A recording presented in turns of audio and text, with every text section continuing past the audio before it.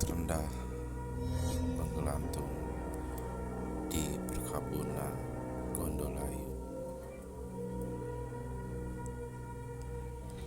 Sebuah selimut abu-abu yang menelan pucuk-pucuk hijau dan jalan setapak yang berbelok-belok. Udara dingin menusuk tulang, membawa aroma tanah basah dan sesuatu yang amis. Di sebuah pondok tua di tepi perkebunan, seorang pemuda sedang berlibur bernama Raden Arya. Seorang fotografer lepas yang datang ke Gondolayu untuk menangkap keindahan alam. Namun, keindahan itu segera ternoda oleh bisikan-bisikan dan ketakutan yang beredar di antara para pemetik teh. Raden Arya, pria berusia 28 tahun dengan rambut ikal dan mata yang selalu mencari sudut pandang yang unik. Awalnya, mengabaikan cerita-cerita itu, ia menganggapnya sebagai bumbu kehidupan pedesaan. Namun, cerita pengantar tidur yang diwariskan dari generasi ke generasi, semakin lama ia berada di Gondolayu, semakin sulit untuk mengabaikan tatapan penuh waspada dari para pekerja. Bisikan-bisikan yang berhenti mendadak ketika ia mendekat, dan terutama aroma amis yang semakin kuat di malam hari. Cerita yang paling sering terdengar adalah tentang Nyai Gendasari, seorang wanita muda yang meninggal secara tragis puluhan tahun yang lalu di perkebunan itu. Konon, Nyi Gandasari dikhianati oleh kekasihnya, seorang mandor perkebunan yang bernama Kartono, dan dibuang hidup-hidup ke dalam sumur tua di tengah perkebunan. Ia tak pernah ditemukan jasadnya, tapi warga desa percaya arwahnya masih gentayangan, mencari keadilan dan membalas dendam. Yang membuat cerita itu begitu mengerikan adalah deskripsi tentang perwujudannya. Seorang wanita dengan rambut panjang dan basah, mengenakan kebaya putih lusuh, dan punggungnya menghadap ke arah orang yang melihatnya. Raden Arya, seorang rasional dan skeptis, mencoba mencari penjelasan logis. Mungkin aroma amis itu berasal dari pupuk organik yang digunakan di perkebunan. Mungkin tatapan waspada itu karena ia dianggap orang asing. Tetapi keraguan mulai goyah ketika ia menemukan sebuah buku harian tua di pondoknya. Buku harian itu milik seorang tuan Belanda bernama Johan van der Meer yang pernah tinggal di pondok yang sama pada tahun 1930-an.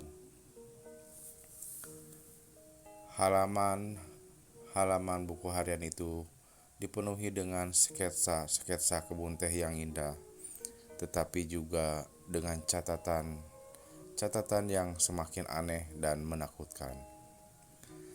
Johan menulis tentang perasaan tidak nyaman yang terus-menerus mengganggunya, tentang bayangan-bayangan yang sering ia lihat di sudut mata, dan tentang aroma amis yang tak kunjung hilang. Ia juga menulis tentang Nyi Gandasari dan tentang seorang mandor yang kejam bernama Kartono. Semakin aku mengamati kebun ini, tulis Johan di salah satu halaman, semakin aku merasa ada sesuatu yang mengawasiku, sesuatu yang lapar dan penuh dendam. Aku melihat punggungnya beberapa kali di antara pepohonan teh putih basah menghadapku, tetapi tidak pernah melihatku. Raden Arya menggigil meskipun buku itu hanya dibaca, tapi di dalam pondok itu suhunya tidak begitu dingin. Ia menutup buku itu harian dan mencoba mengabaikannya. Tetapi rasa ingin tahu dan sedikit ketakutan mulai menggerogotinya. Ia memutuskan untuk menyelidiki lebih lanjut, mencari tahu kebenaran di balik legenda Nyi Gandasari. Ia mulai berbicara dengan para pekerja pun. Awalnya mereka enggan bercerita, tetapi setelah beberapa kali dibujuk dan ditawari rokok kretek, mereka mulai membuka diri. Seorang pemetik teh tua bernama Mbah Sayuri menceritakan bahwa Nyi Gandasari adalah seorang wanita yang cantik dan baik hati, sangat dicintai oleh para pekerja. Kartono sang mandor adalah pria yang tampan dan licik, yang memanfaatkan kecantikan dan kebaikan Nyi Gandasari. Kartono itu seperti lintah darat, Raden Mas, kata Mbah Sayuri dengan suara bergetar. Dia menghamilinya lalu menjanjikan akan menikahinya. Tetapi ketika Nyi Gandasari nagih janjinya, dia malah mengkhianatinya. Dia bilang tidak mau menikahi wanita yang sudah ternoda. Mbah Sayuri melanjutkan ceritanya, mengatakan bahwa Nyi Gandasari putus asa dan mengancam akan membongkar kebusukan Kartono. Kartono yang merasa takut reputasinya tercemar, kemudian melakukan tindakan keji. Ia mengajak Nyi Gandasari ke sumur tua dengan dalih mencari air, lalu mendorongnya masuk. Sejak itu, setiap malam bulan purnama, arwah Nyi Gandasari selalu muncul di sekitaran sumur. Orang-orang yang melihatnya akan sakit parah dan meninggal dalam beberapa hari. Konon arwahnya mencuri orang yang berbuat jahat, kata Mbah Suri. Raden Arya mencatat semua informasi yang ia dapatkan. Ia merasa semakin tertarik dengan misteri ini. Ia memutuskan untuk pergi ke sumur tua yang menjadi tempat Nyi Gandasari dibuang. Sumur tua itu terletak di tengah kebun teh, dikelilingi oleh pepohonan yang rimbun dan semak belukar yang lebat. Sumur itu sudah lama ditinggalkan, tertutup lumut dan dedaunan kering. Aroma amis yang lebih kuat dari sebelumnya menyengat hidung Raden Arya saat ia mendekati sumur itu. Ia mengintip ke dalam sumur, gelap gulita. Ia menyalakan senter dan mengarahkan ke dalam sumur. Cahaya senter yang menembus kegelapan menampakkan dinding sumur yang basah dan berlumut. Di desa sumur, ia melihat genangan air yang keruh. Tiba-tiba, ia merasakan sesuatu yang aneh, sebuah tekanan di dadanya, seolah-olah ada yang mengawasinya dari dalam sumur. Ia menoleh ke belakang, tetapi tidak ada siapa-siapa. Ia kembali menatap ke dalam sumur, dan kali ini ia melihat sesuatu yang membuatnya membeku. Di dalam dasar sumur, di antara genangan air yang keruh, ia melihat sebuah punggung punggung seorang wanita mengenakan kebaya putih, rambut panjang dan basah menjuntai ke bawah. Punggung itu menghadap langsung ke arahnya, tetapi tidak pernah melihatnya. Raden Arya mundur perlahan, jantungnya berdebar kencang. Ia tahu ia telah melihat Nyi Gandasari. Arwah wanita yang malang itu benar-benar ada. Ia berlari ke pondoknya. Di tengah-tengah dan ketakutan ia mengunci pintu dan jendela, berharap bisa melindungi dirinya dari teror yang kini menghantuinya. Namun, ia tahu ia tidak bisa lari dari takdirnya. Ia telah membuka kotak Pandora, dan sekarang ia harus menghadapi konsekuensinya. Malam itu, Raden Arya tidak bisa tidur. Ia terus dihantui oleh bayangan bahu putih di dalam sumur. Ia mendengar bisikan-bisikan dan langkah kaki di sekitar pondoknya. Aroma amis semakin kuat memenuhi seluruh ruangan. Ia coba menenangkan diri dan membaca harian Johan van der Meer. Tetapi bukannya menenangkan, buku harian itu justru membuatnya semakin takut. Johan menulis tentang bagaimana ia semakin terobsesi dengan Nyi Gandasari. Bagaimana ia merasa terpanggil untuk mencari tahu kebenaran di balik kematiannya. Ia juga menulis tentang bagaimana ia mulai melihat Nyi Gandasari di tempat-tempat yang tak terduga. Di antara pepohonan teh, di dalam pondoknya, bahkan di cermin. Aku mulai kehilangan akal sehat, tulis Johan di salah satu halamannya. Aku merasa Nyi Gandasari telah berkomunikasi denganku untuk menceritakan kisah tragisnya. Tapi aku takut. Aku takut dengan apa yang ia katakan. Aku takut dengan apa yang ia akan lakukan.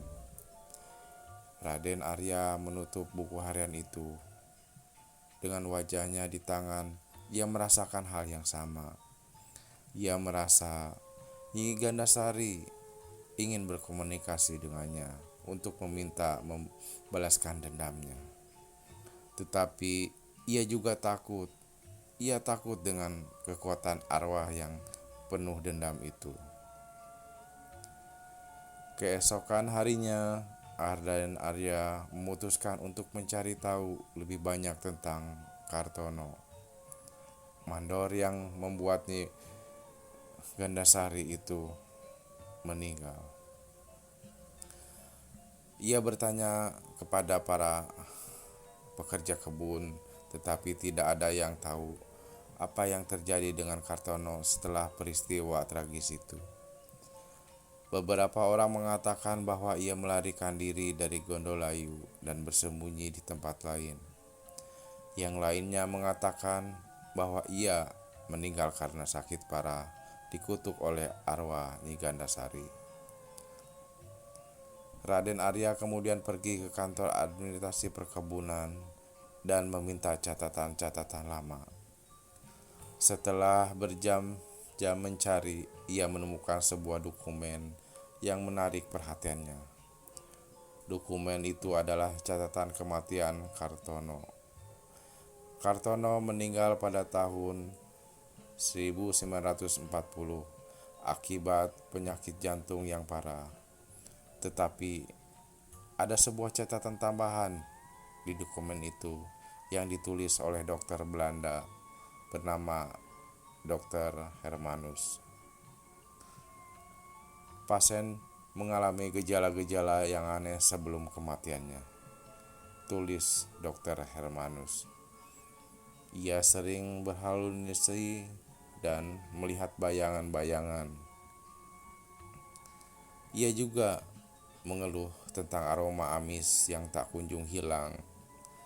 Ia terus-menerus berbicara tentang seorang wanita dengan punggung putih yang menghantuinya dan menyiksanya.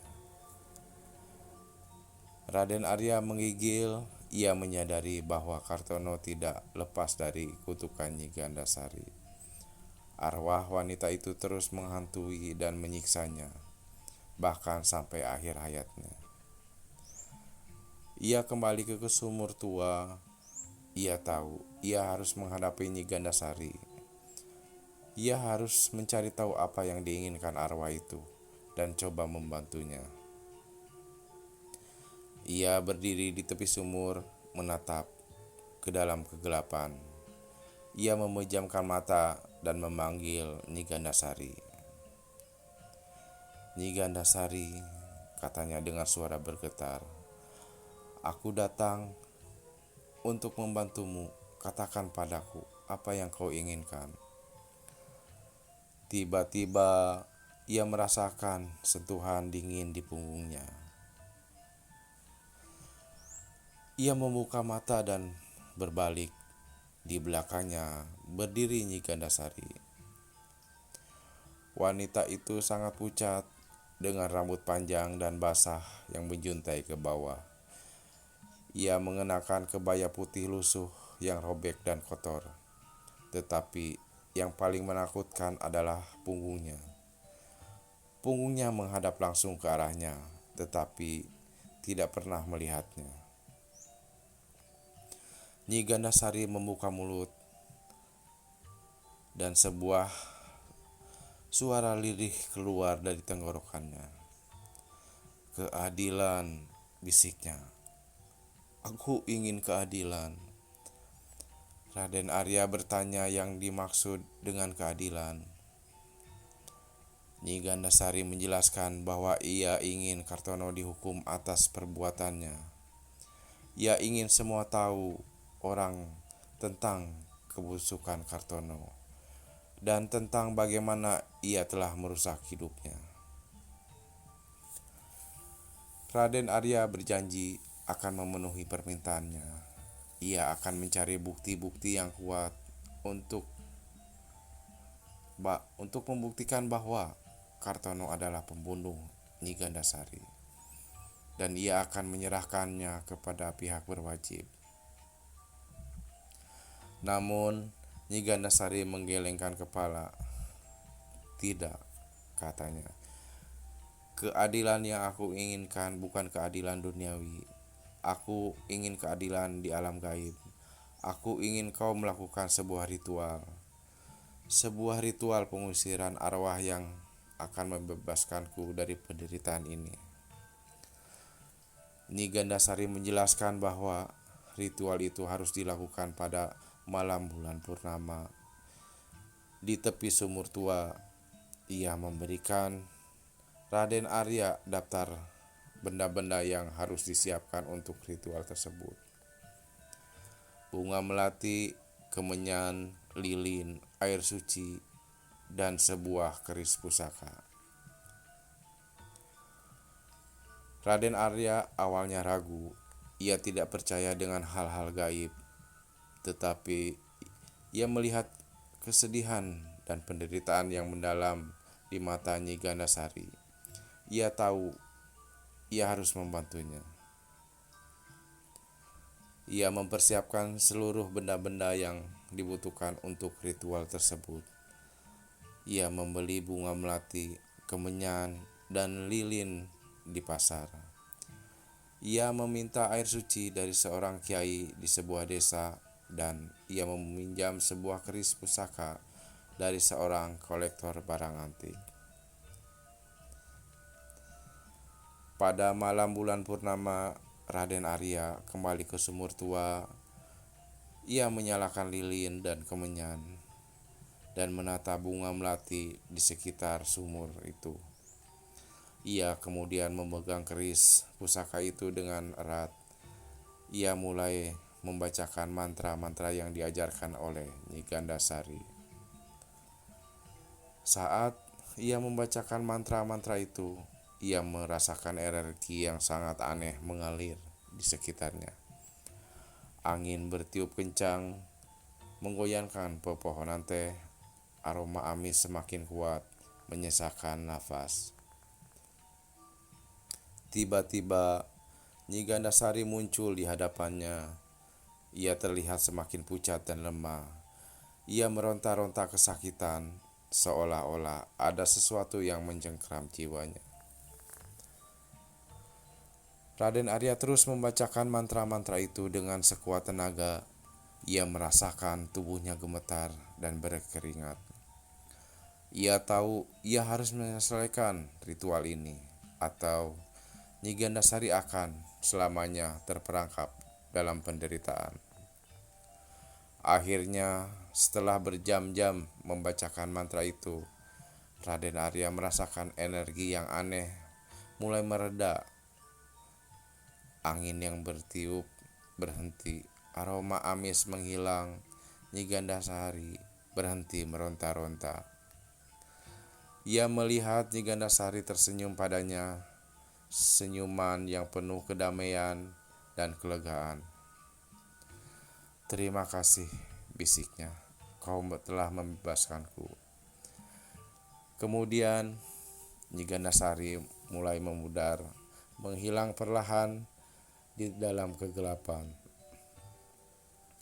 Hanya sekelebat bayangan putih yang tersisa sebelum akhirnya lenyap sama sekali. Raden Arya terduduk lama di tepi sumur. Ia merasa kelelahan dan lega. Ia telah berhasil membantu Nyi Gandasari dan membebaskannya dari penderitaan. Ia berdiri dan memandangi kebun teh Gondolayu.